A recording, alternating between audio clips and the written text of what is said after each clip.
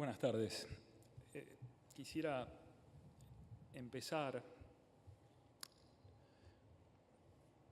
con un recuerdo personal de Juan Bullo, mi recuerdo personal. Yo regresé a la Argentina en 1991 y con la primera asociación que me abrió las puertas fue la Asociación Argentina de Brangus, con la cual llevo casi 27 años trabajando, pero la segunda asociación que me cobijó, me abrió las puertas fue Hereford en el año 92, cuando fue el cambio del modelo de padre al modelo animal. Pero estuve ahí un periodo de 1 año y medio, 2, y Juan empezaba a trabajar como gerente en aquellos tiempos. Hice un montón de cosas técnicas que quedaron, aprendí un montón, evaluamos pruebas de performance, pude aprender que la transferencia automática de la ecuación del frame americana al Hereford argentino era imposible. Un montón de cosas que siempre las tomó muy bien Juan, siempre lo recuerdo muy bien al principio. Desafortunadamente, razones políticas y un criador que tomaba decisiones decidió que yo no siguiese colaborando. Nunca voy a olvidar la cara de Juan, la sensación de vergüenza que tuvo en ese momento cuando este criador me comunicaba la decisión. Años después, Juan me vino a buscar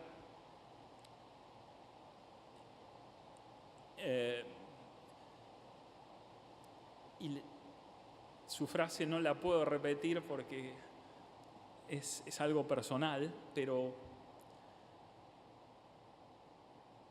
Juan siempre estuvo y siempre quiso que yo los pudiera ayudar. Y su relación, yo tengo mi teléfono con el WhatsApp, creo que en los últimos años de su vida comunicábamos por lo menos una vez por semana, él me mandaba un WhatsApp y nos comunicábamos. Así que lo quiero recordar como una de las personas que primero valoró las cosas que hoy estamos haciendo. Dicho esto, pasemos a la presentación. A partir del conocimiento en genética de todo lo acumulado hasta el día de la fecha, hoy podemos decir que no hay genes buenos ni malos y que en general en muchos animales todos los genes funcionan bien y en algunos de ellos ciertos genes funcionan mal o directamente no funcionan. Ese es el principio general que rige de algún modo cualquier sistema de evaluación genética. La adopción de la genómica ha sido una tarea complicada, básicamente ha sido cara en relación a las posibilidades que tiene el país en épocas de inflación, de cambios en el valor del dólar, con lo cual los técnicos tenemos que ser extremadamente prudentes en el momento de sugerir el uso de ciertas tecnologías. Como yo trabajo para el CONICET y la universidad, lo que nos ha dado tiempo, esa, entre comillas, puede parecer esa inacción por entrar en evaluación genómica, es que pudimos desarrollar tecnologías en el país que creo que son extremadamente valiosas, no solo para nosotros, sino para otros. Particularmente hay 2 que voy a comentar brevemente y una sí me voy a explayar un poquito más. La primera es el Arbos 1, que es un chip desarrollado en conjunto por el IGBET de la Universidad de La Plata y mi grupo en la Facultad de Agronomía de la Universidad de Buenos Aires. fundamentalmente con un conjunto de marcadores moleculares que son altamente informativos para las razas compuestas argentinas, léase Brangus, Braford y Limangus. Ese chip tiene una particularidad que incluye 39 marcadores de enfermedades, prácticamente todas las enfermedades, las condiciones genéticas conocidas en el bovino, lo que permite diagnosticar portadores de todas las principales enfermedades, incluso de Holando y de razas lecheras, o razas como incluso Angus o Hereford. Y es decir, por el mismo precio tienen todo junto ahí. El segundo aspecto es la regresión ancestral, que es uno de los mensajes que les dejo en la charla. Y finalmente, todo esto debería ir en conjunto con el desarrollo de lo que se llama, los americanos conocen como el Health Recording System, es decir, un sistema integral de recolección de la información, que es el desafío más importante que creo que tenemos antes de otras cosas. No mandar siempre los datos para la elevación genética, sino mandar todo. Y ponerlo de forma que le sea fácil a la gente colectar la información. Bueno, ese trío es el futuro que yo avisoro, por lo menos para las razas donde nosotros trabajamos. Entonces, mi presentación son dos aspectos. Uno, un poco más rápido, que sería cómo sería trabajar con genes que no funcionan bien. Fíjense que no digo genes malos, por favor, desterremos esa palabra, sino genes que no funcionan bien.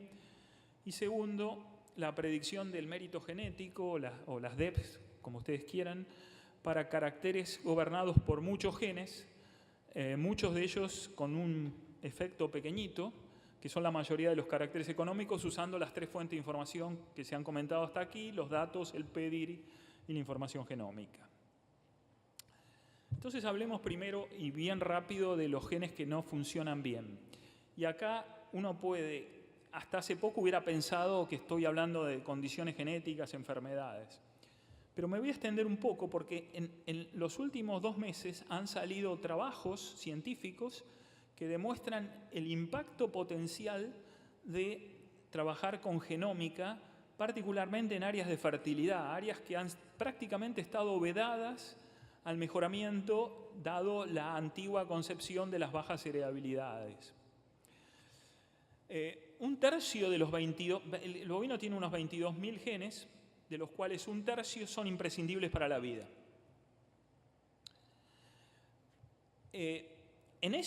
Si en cualquiera de esos genes se produce un cambio en una base de ADN, en un marcador también, el marcador en última instancia es una base, eso es mucho más frecuente de lo que creíamos antes. Por ejemplo, sabemos que en humanos la frecuencia de ciertas condiciones de mutación son mucho más altas de lo que creíamos anteriormente. Pero bueno, lo que decía es que un cambio a veces en una base, en un gen que tiene millones de esos elementos, lleva a codificar mal un aminoácido y eventualmente el gen pierde su función. Eso es conocido como una mutación sin función o LOF, vamos a llamarla así. ¿Por qué creo que son importantes y por qué creo que la genómica que nosotros, el camino que tomamos, nos va a llevar a descubrir cosas importantes? Porque estas LOFs, en general, las que vemos o las que nos preocupan son las letales, es decir, las que matan, son condiciones recesivas y que subsisten normalmente en poblaciones. Es el caso de pie de mula, el caso del pompe, la manocidosis y otras enfermedades. Como dije, el Arbós incluye 39 de estos marcadores. Ahora bien, la frecuencia de los apareamientos entre dos animales portadores es baja, aun cuando la frecuencia de los LOF sea alta. Por ejemplo, el Brahman australiano indica un 16,4% de portadores. Yo, portadores voy a hacerlo muy rápido en la próxima transparencia. Si estamos hablando que 1 de cada 6 animales es portador en Brahman australiano de Pompe.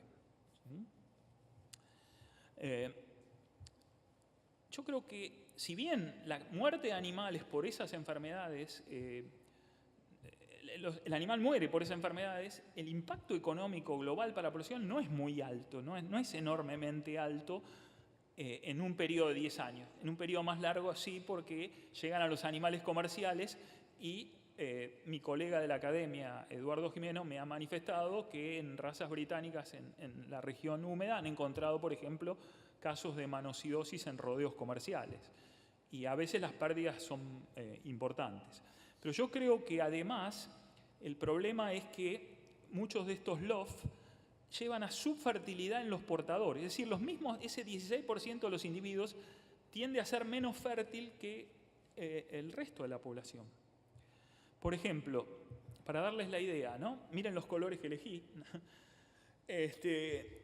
Supongamos que hay 100.000 animales, entonces la mayoría son normales y entonces en un LOF, supónganse una frecuencia del 2%, 1% en realidad, de 100.000 más o menos van a observar 96.000 y pico de animales como los amarillos, unos 3.000, casi 4.000 animales como los del medio, los azul y amarillos, y no van a observar, o muy pocos, los animales que tienen los dos, son portadores del gen mal funcionando, llamémosle así. Esa es la situación. Lo que ustedes ven ahí es la nueva tecnología, ven marcadores en un pedazo de un cromosoma, y hay 20, y mirando en ventanas de 20, lo que uno puede ver es que, por ejemplo, tomando el holando y 3 poblaciones cebuinas, este grupo recientemente lo que tiene que hacer es mirar la frecuencia con que ve los amarillos, los azules y amarillos, y tratar de predecir cuántos va a obtener de azul. Y lo que uno ve juntando estos tríos, o sea, necesitan los padres, 2 generaciones, los de los padres y los hijos, para ver la diferencia, ¿no es cierto? Bueno, en esa circunstancia se pueden detectar unas secciones que son raras. ¿Y por qué son raras? Porque no encuentran nunca los azules, los doble azules. Ese es el gran problema, que no encontramos nunca los doble azules. En esas circunstancias, por ejemplo, este grupo, en este trabajo reciente, detectaron 3 genes, y de esos 3, es decir, en una de esas ventanitas entre 2 liñitas negras, detectaron un gen que tiene ese nombre, y ese gen, ¿por qué es importante? Porque está en el camino metabólico que regula la implantación uterina. Y con eso se asocia a la estimulación de la oxitocina que lleva a la producción de la prostaglandina, la droga, la hormona relacionada de importancia en transferencia en la implantación embrionaria. Por lo tanto, esos portadores tienden a ser deficientes en ese camino metabólico, y la consecuencia, por ejemplo, y este informe salió hace una semana, y me gusta traerlo acá por eso, porque necesitaron muchos animales franceses, observaron en 30.000 vacas, casi 30.000 vacas holando, que las portadoras tuvieron una diferencia de preñez del 5%. 5%. Es decir, ese es yo creo que es la manera de trabajar hacia fertilidad. Es decir, detectar estas mutaciones infrecuentes que para la industria del pedigree, los centros de inseminación y la transferencia embrionaria son fundamentales. Pasando al segundo mensaje, y siguiendo con la tecnología argentina, ahí tienen los comederos del INTA en Anguil, con la prueba del CREA que se está llevando a cabo. Entonces, estamos en la situación que básicamente me comentaron mis predecesores hoy, y entonces el problema es cómo juntar la información de los datos, el pedigree y la genómica para hacer esas predicciones. Ya hemos tenido comentarios y ya hay propuestas, no hay propuestas, sino hay modos de acción. Sin embargo, en general, lo que uno observa es que la calidad de las predicciones está dada en la medida, digamos, que los animales referentes sean muy cercanos a los animales de los cuales queremos una predicción. Cuanto más cercanos, mejor, obviamente. Y claramente los más cercanos son los padres y los hijos, y los hermanos enteros también. Bien. Entonces, ese es el principio clásico de la teoría que hemos usado en la evaluación genética convencional. ¿Y por qué no podemos pensar que si vamos a usar la genómica no podemos mantener esa idea de usar una distancia genética?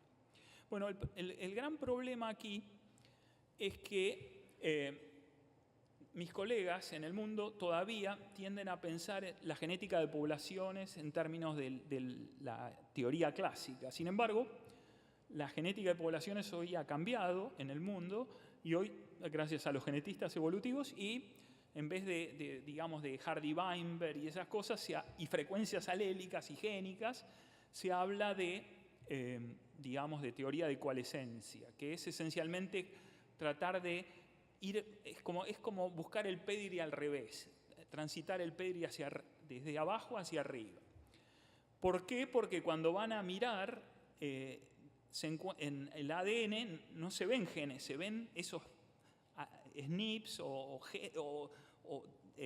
digamos, porciones llamadas CNV o secuencias, y es mucho más difícil hacer teoría sobre algo que no se ve, como son los genes y su frecuencia.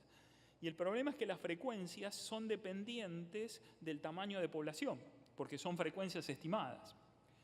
Entonces, cuando uno se lo plantea, tampoco es deseable que la distancia genética calculada dependa de la tecnología del ADN. Es decir, hay distintas tecnologías, y si nosotros nos embarcamos en una tecnología en particular, mañana cuando sea mucho más fácil secuenciar, tendríamos que estar cambiando nuestro modelo de evaluación con consecuencias aleatorias. Entonces, nosotros pensamos en generar un modelo de predicción que use la información genómica en armonía con la distancia genética que produce algo que es tan sabio como el pedigree. Y entonces, acá es importante pensar que el pedigree está indicando que este animal es hijo de estos padres y tiene estos abuelos, etcétera, etcétera. Los genes que están diciendo, bueno, o sea, el gen por sí solo no me dice mucho, tiene sentido en la predicción del animal si me está diciendo que vino del papá o vino de la mamá, si vino de este abuelo o de esta otra abuela. Con lo cual, pedigree y ADN, digamos, tienen la misma, o van por el mismo sendero de información. Lo que tenemos que lograr es que nuestra predicción, es decir, la modelación de la herencia, no sean redundantes. Bien. Entonces, y esto me voy a adelantar, va a ser más fácil mostrarlo, lo que nosotros desarrollamos es un modelo que tiene en cuenta la transmisión de ADN, porque la transmisión de ADN es por segmentos, como vamos a ver en un instante. Por ejemplo, ahí tenemos un toro, una vaca y dos hermanos enteros. Entonces, arriba tienen el ADN de referencia, los 4 colores de arriba representan cada uno el genoma que recibió el padre de sus padres y la madre de los suyos. Abajo son los mecanismos por los cuales ustedes ven que el genoma del abuelo está discontinuo en el ternero y lo mismo lo de la abuela, ya sea el paterno o materno. ¿A qué se deben esas diferencias? Bien, esto es un análisis de consanguinidad medida por pedigree y genómica de toros Limangus, de 5 toros. ¿Y por qué usamos esto? Porque estos 5 toros Limangus tienen un muy buen pedigree, con lo cual nosotros teníamos una buena referencia sobre cuál era su genómica, los valores del pedigree particularmente, que es los blancos que ustedes ven ahí, y en amarillo tienen ¿cómo es? La estimación genómica la estimación genómica de la consanguinidad, perdón, usando una metodología que no usa frecuencias alélicas y que es difícil de tunear. El punto que quiero transmitir es que, fíjense, ese 0088 del primer toro se debe a que comparte 14 segmentos en todo el genoma que son idénticos. Es decir, lo mismo que tuvo del padre, lo tuvo de la madre. La misma definición de consanguinidad. Y como sabemos que todos los bovinos tienen, digamos, fuera de los cromosomas sexuales, otros 29 pares, fíjense que hubo 14 pares donde se produjo combinación y hay 15 donde el ternero recibió algo del abuelo o de la abuela.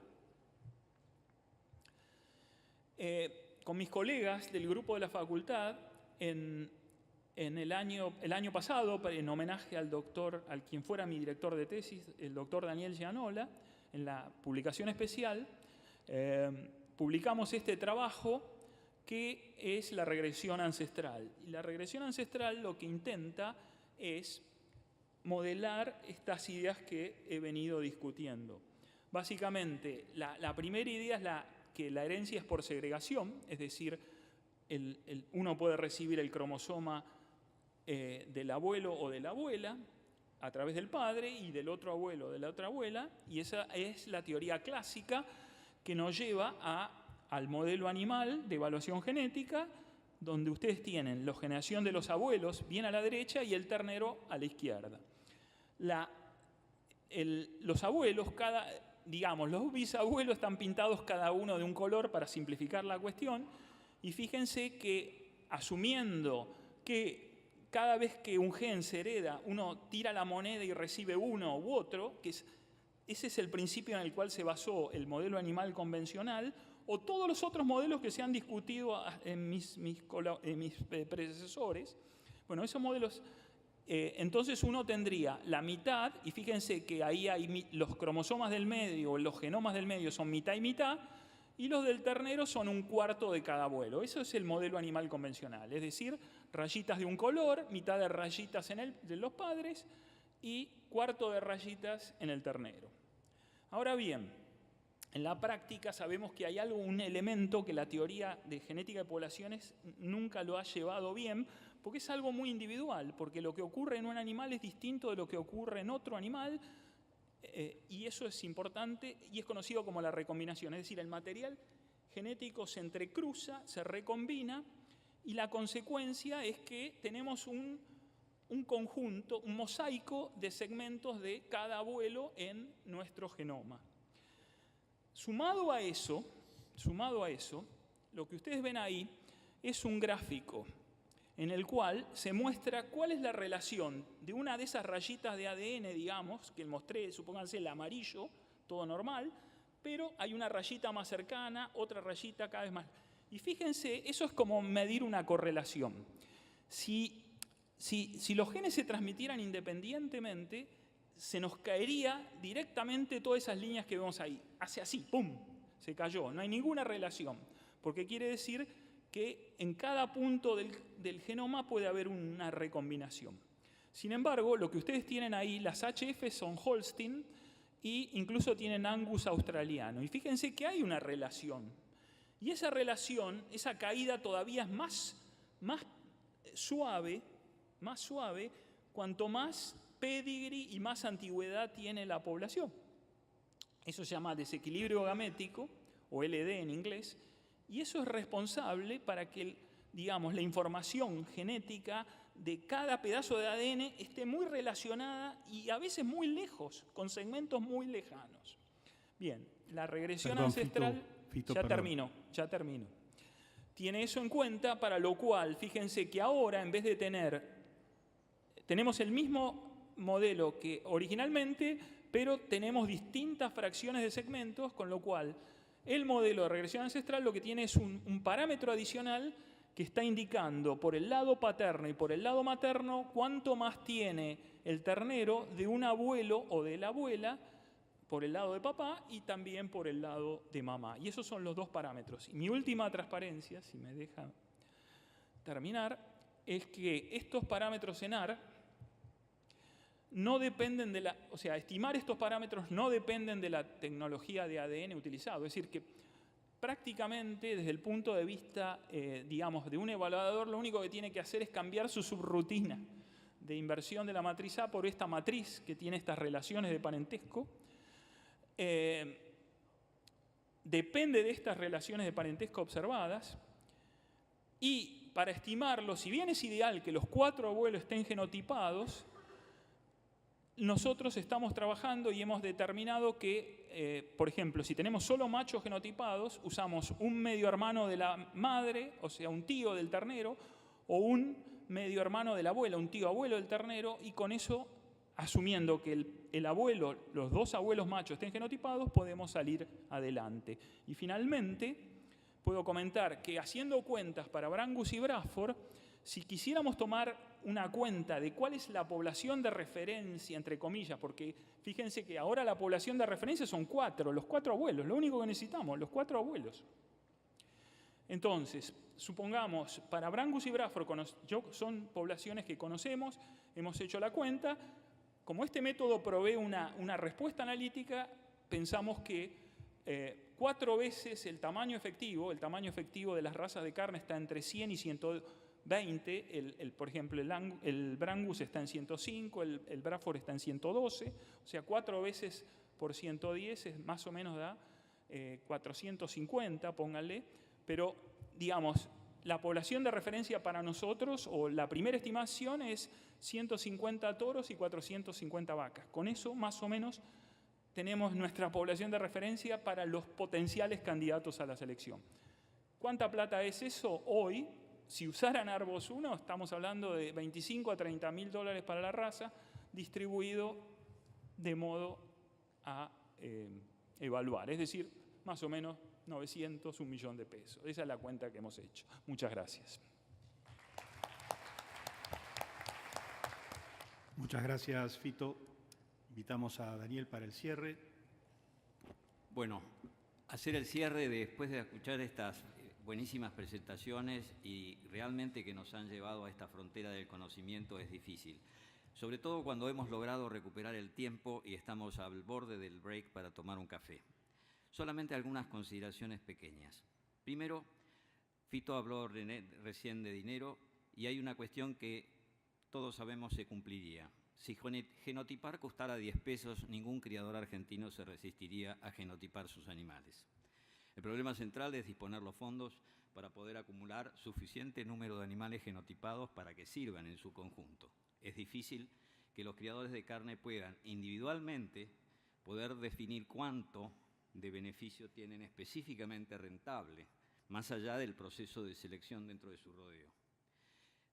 Segundo, me gustaría destacar un poco el por qué incorporé el tema de la genética lechera al principio. Es evidente que las diferencias en tiempos de adopción son tremendos. Estamos hablando de millones de animales en el mundo y la diferencia más importante es que los fenotipos recogidos en el ganado lechero se obtienen del ganado que se encuentra en situación de producción comercial. No se obtiene del núcleo reproductivo que conforman las cabañas. Tercero, esa información es obtenida por una tercera parte, ya sean clasificaciones o producto del control lechero. Por último, el nivel de adopción de la inseminación artificial, el que ha hecho que sea distinto en bovinos para carne, en el cual la mayoría de la renta viene de la venta de toros para ser usados en servicio natural. Con consecuencia, hay condiciones estructurales que realmente merecen ser discutidas. El punto más básico es cuánto es necesario invertir a nivel de cada criador para poder acceder a esta tecnología que hoy está disponible. Este es un punto que no está del lado de la ciencia, probablemente esté del lado de los directivos y dirigentes que tienen el sector en cada país. Un ejemplo es lo que mencionó, por ejemplo, Olga, que ocurre en Uruguay. Como último comentario, quisiera decirles que cuando pusimos en algunas transparencias el tiempo, es porque cada día hemos podido avanzar y estar más cerca de la frontera del conocimiento. Si ustedes piensan que la American Angus Association hizo su evaluación single step el año pasado, y Horacio la está presentando este año en la Argentina, podemos ver lo que ha sucedido en Uruguay, y la frontera que, con el desafío de los nuevos conceptos que ha presentado Fito en el día de hoy, quiere decir que hemos podido achicar mucho el tiempo desde el desarrollo tecnológico y la implementación del mismo para ponerlo al servicio de la ganadería. Esos tiempos hoy se ven apuntalados, y lo puedo decir con gran alegría, por colegas como los que están sentados en la mesa, para los cuales pido un gran aplauso.